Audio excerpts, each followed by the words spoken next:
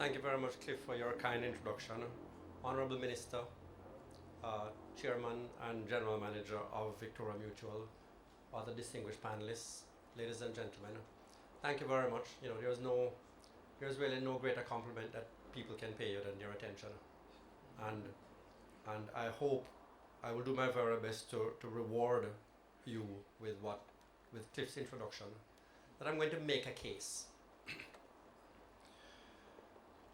Investment. We need to get investment. I have spent, the only thing that I know about is economics. Did it in sixth form, did it for a bachelor's, did it for a master's, did it for another degree after that. All I've done in my life is investment. I don't know is economics. I don't know anything else.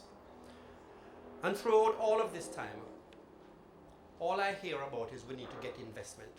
So I want to start off by suggesting to you that there are two views of economic growth.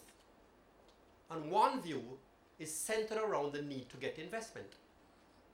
I'm going to call this, without any judgment, the lay view. And this is based on having an investment promotion agency that goes around the world and tries to persuade people to invest in your country. That's the same thinking that also underlies people who think we need to fast-track investment projects. And we need to set up special economic zones that investment can come into. It is the same view that underlies the thinking that we need to give incentives. How are we going to get investment unless we give incentives? The belief underlying this investment view is that whatever amount of production is taking place, if you get an investment, then that production adds to the economy's output. So you're kind of building it up step by step, like how you use Lego. Might even call it the Lego view of investment. And if you get investment, you get more production, and that production comes with more jobs. So then you have more employment. Another step. The problem with this view of economic development is that it rests on a presumption that the only thing that is stopping the investment from coming is that they somehow don't know about the opportunity. That the climate in which this investment is taking place is otherwise safe and supportive and productive. And we just need to go and tell them about the investment. We need to facilitate it. It also rests on the view that there are productive, idle resources lying around that are not otherwise occupied, even though they are potentially productive. And we just need the investor to come and start using it up. So whatever the investor hires adds to employment. Indeed, I dare say that this view of development is so pervasive that we just need to get businessmen to invest. It probably explains why the current administration, as far as I can tell, has filled 4 positions with economics somewhere in the title with businessmen. Because businessmen know about investment. The head of the Economic Advisory Council is a businessman. The head of the Economic Growth Council is a businessman. The Minister without Portfolio for Economic Growth is a businessman. And the Ambassador Plenipotentiary is a businessman. There's another view of investment, and the one that many economists share. And I think a good analogy, a good metaphor for that view of investment, which will resonate with anybody here who does a little gardening at home. What are the conditions that are supporting whatever it is that you want to promote? If you come out into your garden and you notice that all the plants are dying one by one or failing to catch, then the thing that you do is you don't go to the plant store and buy new plants and come and plant them and then watch them die and then go back and buy more plants again. You try to figure out what are the conditions, what is wrong with the conditions. The economy is an organic thing, you know. Figure out the process. It requires certain climatic conditions to be present. And if those things are present, you don't need to do any planting at all. Everything just grows. Plants are trying to find somewhere to grow. These businessmen who command our respect for the mere fact of being successful businessmen are constantly trying to find ways to create wealth. Once the conditions are right, they will take advantage of those conditions. So we need to focus on what are the fundamental conditions that underlie economic growth and to try to nurture those conditions. Well, what are they?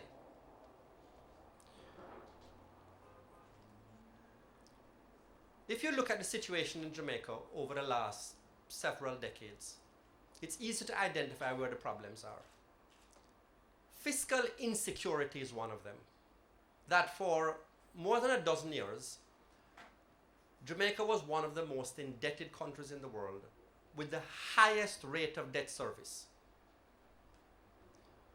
We have had 2 debt restructurings, and nobody in government, in academia, or in business could say with any certainty that there was not going to be a default or a debt restructuring or a fiscal crisis within the next 12 months. And fiscal crises come with unexpected taxation, come with inflation, come with exchange rate instability. Who's going to put down millions of dollars on a 20-year horizon in that climate? To anybody who did a back of the envelope calculation, there was exchange rate overvaluation. Exchange rate overvaluation, summarized in a sentence, is we all collectively decide to subsidize imports. And domestic production is relatively more costly. You know, we eat Oreos instead of crackers. And we change our phones too often. And along with that comes exchange rate instability. We know every 1 or 2 years we're going to get a big devaluation, a big depreciation. We just don't know when.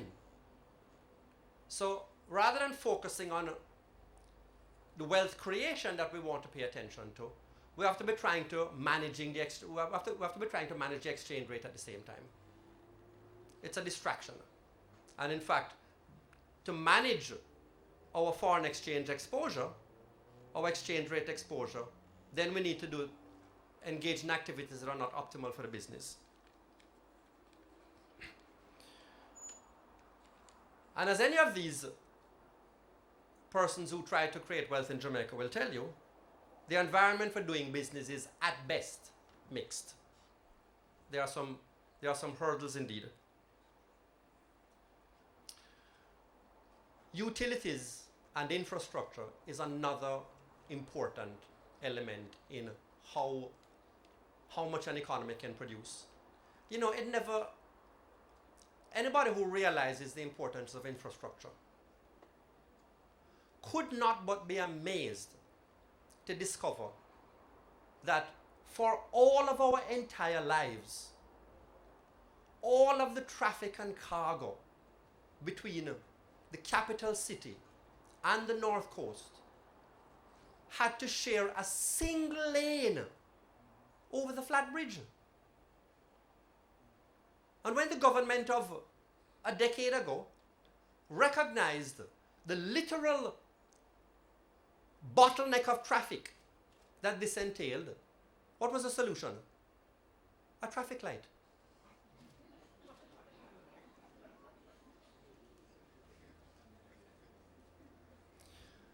So from this garden view of economics now, we hear people keep talking about investment and, you know, creating incentives and setting up special zones. and very little attention being paid to these deeper fundamental conditions. Trouble is, when you have this investment view and you do get the investment, well, it only creates employment and production for that investment. That's not economic growth. That doesn't help 3 million people. When you create a special economic zone, then you get wealth creation in the special economic zone by definition.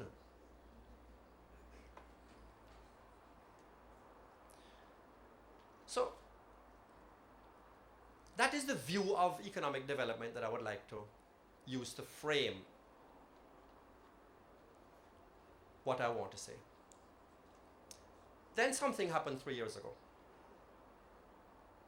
which I don't quite understand. What happened 3 years ago is that the then administration embarked on an economic reform program. Given the history of that particular party, there was nothing to predict that they were going to be the ones that were going to really get serious about economic fundamentals. And the signing of an IMF agreement itself does not herald any fidelity to economic fundamentals, because we have signed IMF agreements in the past over and over. So what happened over the last 3 years? All of a sudden, the country pays attention to economic fundamentals.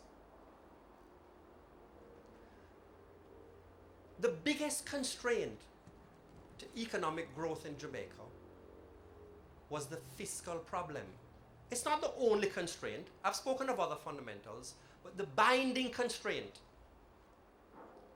was the fact that while we were one of the most indebted countries in the world, we continued to have an excess of spending over revenue equal to 6% of GDP year after year after year. Now, this is like the man who's already indebted and keeps spending more than his current income, so he keeps getting more and more in debt. How is it we could have gone on for a dozen years through 2 different administrations and no attempt was made to stop digging? And then suddenly it happened. One of the most surprising days of my entire life was the announcement of the budget in the first year of the fund program. We went from a dozen years of a fiscal deficit of 6% of GDP to a balanced budget in 1 year. I got up in the morning and said, was this possible all along? Could we have balanced the budget all along and just chose not to do it? So, the budget was balanced.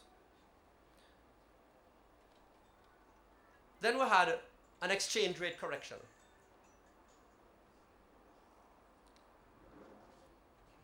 And then the inflation rate came down. And when the inflation rate comes down, you can expect exchange rate stability. Now, for somebody who believes that we should have been focusing on the fundamentals all along, this was nirvana. And of course, the building out of the highways that we've been doing since 2000 continued. Infrastructure. No more flat bridge, no more Mount Russell. I expected great things. For the first time in a lifetime of studying only economics, it seemed that something had changed. Not something significant. The economic reform program was not popular in any widespread sense, perhaps not even within the government. But the economic policy of the country started to focus on fundamentals.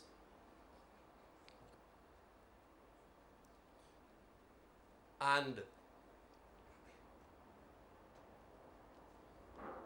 to the surprise of no economist, the economy responded. At the end of 2015, every single economic variable in Jamaica was improving for the first time in my life. Every single economic variable was improving. Production was up, particularly in manufacturing. Employment was up. Net international reserves was up.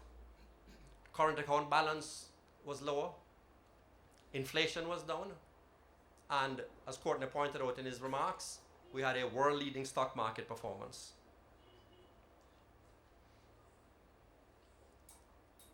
But there was one concern. There was one concern. Economic policy to an economist had improved. But it doesn't mean the country had changed. You know, it seemed almost accidental, even within the context of the government that was carrying it out. You didn't really get the feeling that everybody was behind it. It was just an accident of circumstances. Could that last? Even if it was the right thing to do, even if it was having the effect. There was the political risk. What happens when that party changes finance minister? What happens when the country changes to a different party? There was always a political risk. And given our history of not making a serious attempt to address the problem, it was a big risk. Were we going to have the sense and the fortitude to stick to dealing with the fundamentals of the country? We could have seen that the fundamentals were wrong. Even while we're talking about investment, get investment, get investment. Just keep planting. One of them will grow. Now, to be fair, some promises made in the campaign did not give one comfort that fiscal discipline was going to be top of mind in the presence of a change of government. Well, that is the context in which I want to examine the new budget. In the context of these two views of economic growth and what I think is the progress from a strictly economic point of view, progress in a very limited sense. Fundamentals were being addressed. The country had not changed. What does the new budget tell us?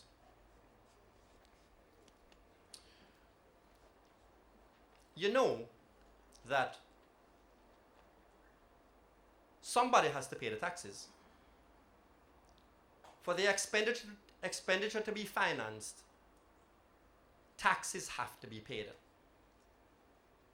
So, when taxes are announced, first of all, you want a government to announce taxes. Because if they don't announce tax increases, it means that they are going to borrow it. And we're going to get back to digging.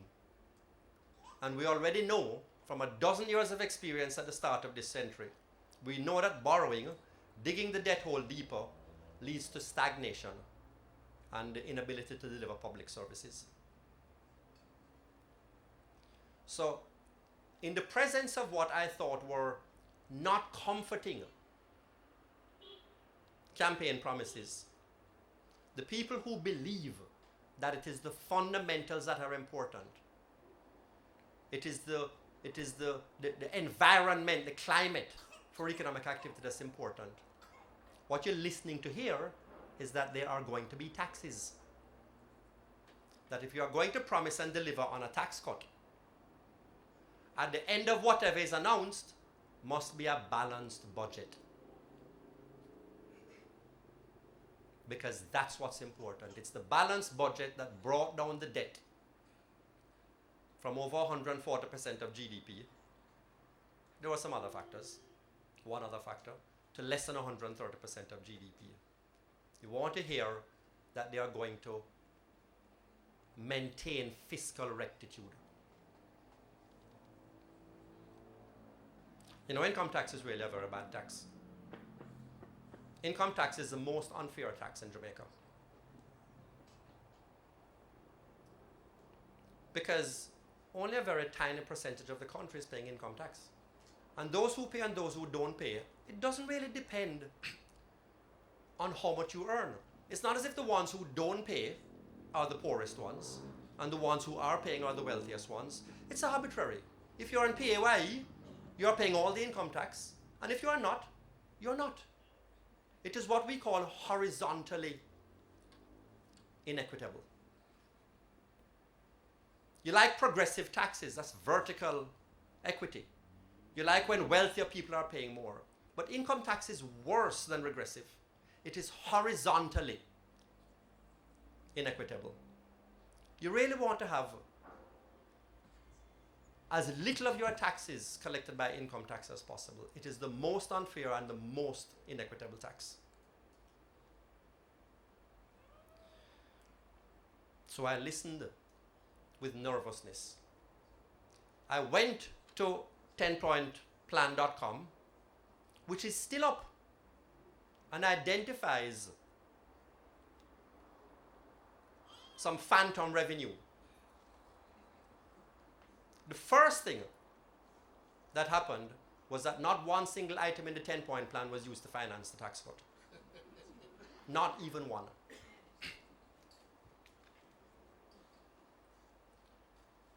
What we heard, what has happened is that we have had a shift, not a tax cut, we have had a shift from an inequitable, unfair, arbitrary tax that a tiny percentage of the country has been burdened with to a fairer tax. Consumption taxes are fairer. They are not perfect, but they are better than income taxes. The problem with the income tax, the 1.5 plan, wasn't the 1.5, it was the financing.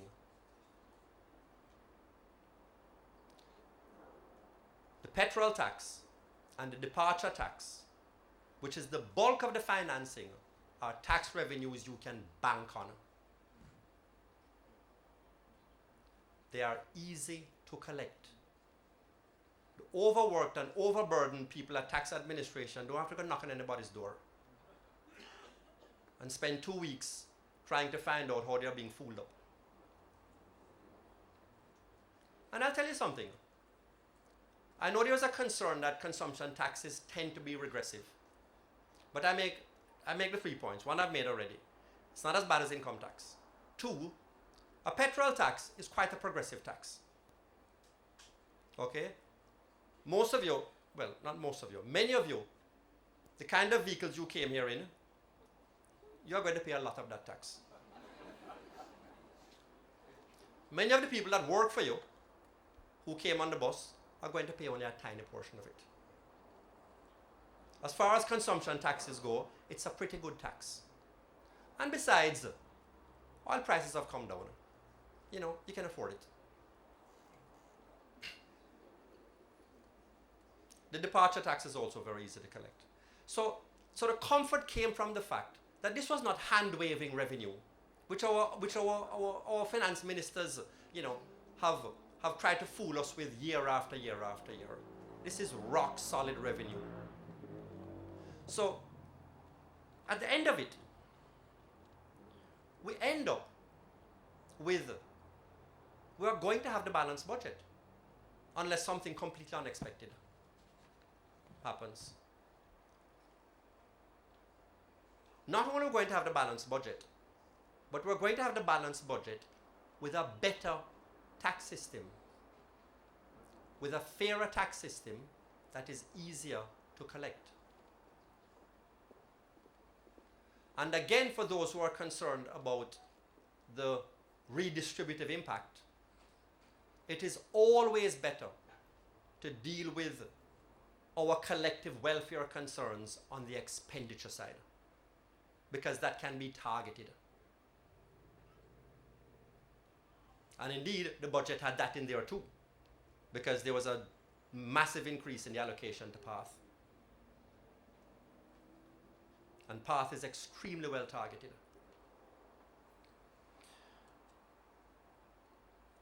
What is more, the introduction of the petrol tax and the departure tax was explicitly contextualized as part of a shift from direct taxes, which are income taxes, to indirect taxes like consumption taxes. So it was done for the right reasons, because those are better ways to collect tax in a country with weak tax administration, despite their best efforts, and a large informal economy, and the inefficiency of trying to deal with your welfare redistribution on the tax side, where it really belongs on the expenditure side.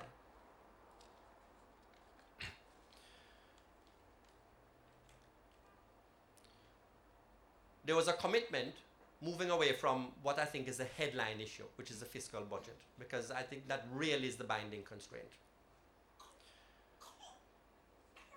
There was some talk about a liberalization of ganja. Again, a broad growth promoting activity. It removes an unnecessary restriction on economic activity. There was continuing the infrastructure build out. And there was talk about privatization. The entire presentation was about the economic climate.